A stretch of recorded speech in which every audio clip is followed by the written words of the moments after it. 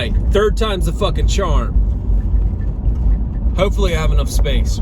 We're in that weird world of night. This morning was leg day. Today's Tuesday.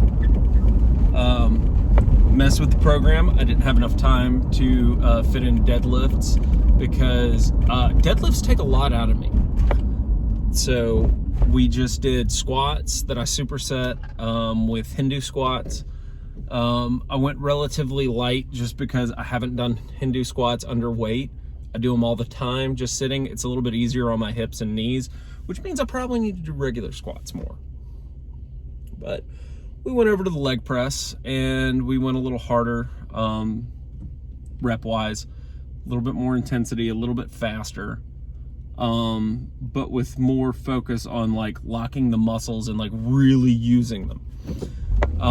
After that, it was leg curls and leg extensions, and one of my big complaints with the equipment with the machines at Planet Fitness is they don't have the range of motion I want, and I've fiddle fucked with the machine as much as I can, and I can't do it.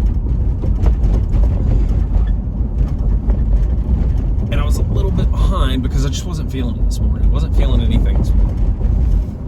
Kind of like, it wasn't I get to go to the gym today, but it wasn't necessarily I have to. It was just kind of like, going to the gym. And then, going to work. Okay.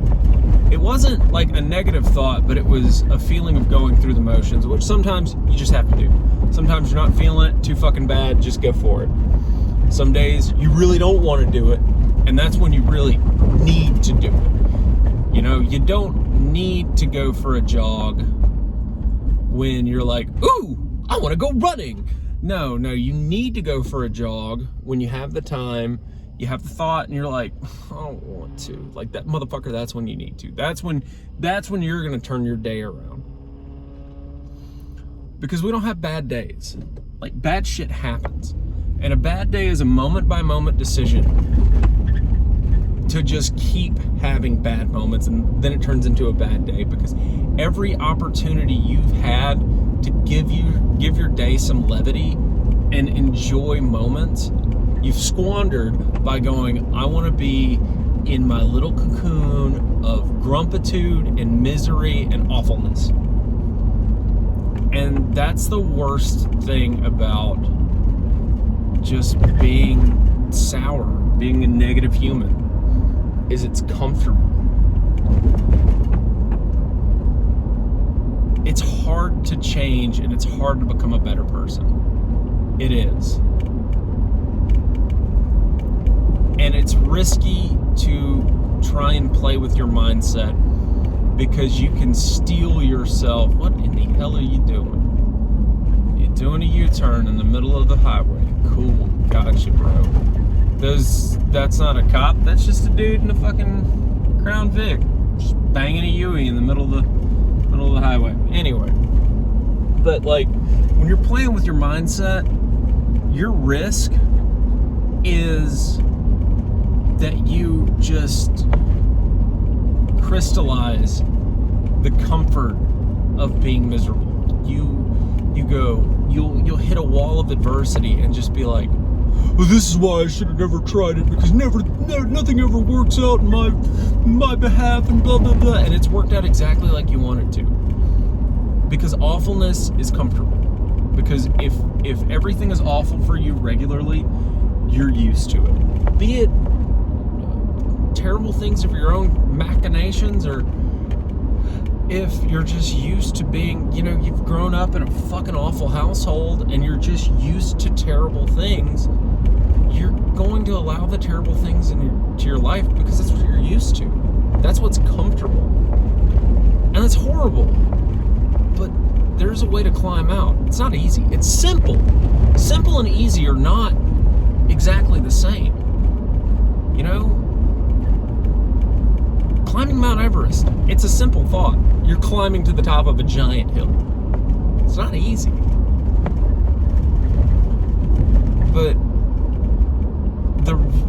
the risk reward of life, the reward is always worth it. Like having a child, the risk of being responsible for a small human, That's terrifying. Like, there is so much you could just royally fuck up with a small human, because you're forming a person that's going to go out and do things and have free thought and free will. You can royally screw up somebody. Ask your parents. They did it. They did it to you with the best intentions. But hopefully you'll be able to have grasped the concept of making yourself better and making life around you better, to the point that when you teach your children, you bring them up, they understand that their life is entirely in their control. They can do whatever that they set their mind to, just like you can. Like, you just have to do it. You just have to want it. And I know it sounds like the wishy-washy secret bullshit, and it's not, because the secret is just going, I want $1 million, I want $1 million, I want $1 million. But changing your mindset involves doing stuff, of backwards planning how to make $1 million. Like, I've talked about this before. Nobody's seen it. Nobody ever will see it. But I stand firm in my thought of, if I want $1 million, okay, I need a business to make me $1 million. Okay, well, what's my business? We're gonna make widgets. Well, what do I need to make widgets? Dun, dun, dun, dun, dun, dun, dun, dun, dun, dun, dun, all the way back to me being sat here in my car talking to a sideways iPhone with a black screen because it's night, and I look and sound and feel like an insane person. But I guess I need to fucking hear this, of take your day by moments. Take your day by minutes, hours, however you want to fucking do it. Analyze it for a second and see what decisions you've made to make your day better, to make everyone around you better. And if you're honest with yourself, you'll call yourself out. And it's not just, oh, well, I was a dick to Bill today.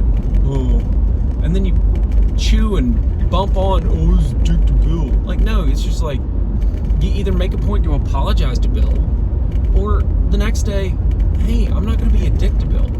Because solutions, like realizing the problem is a step in the process.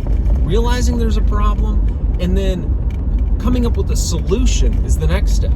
The next step with it is implementing the solution.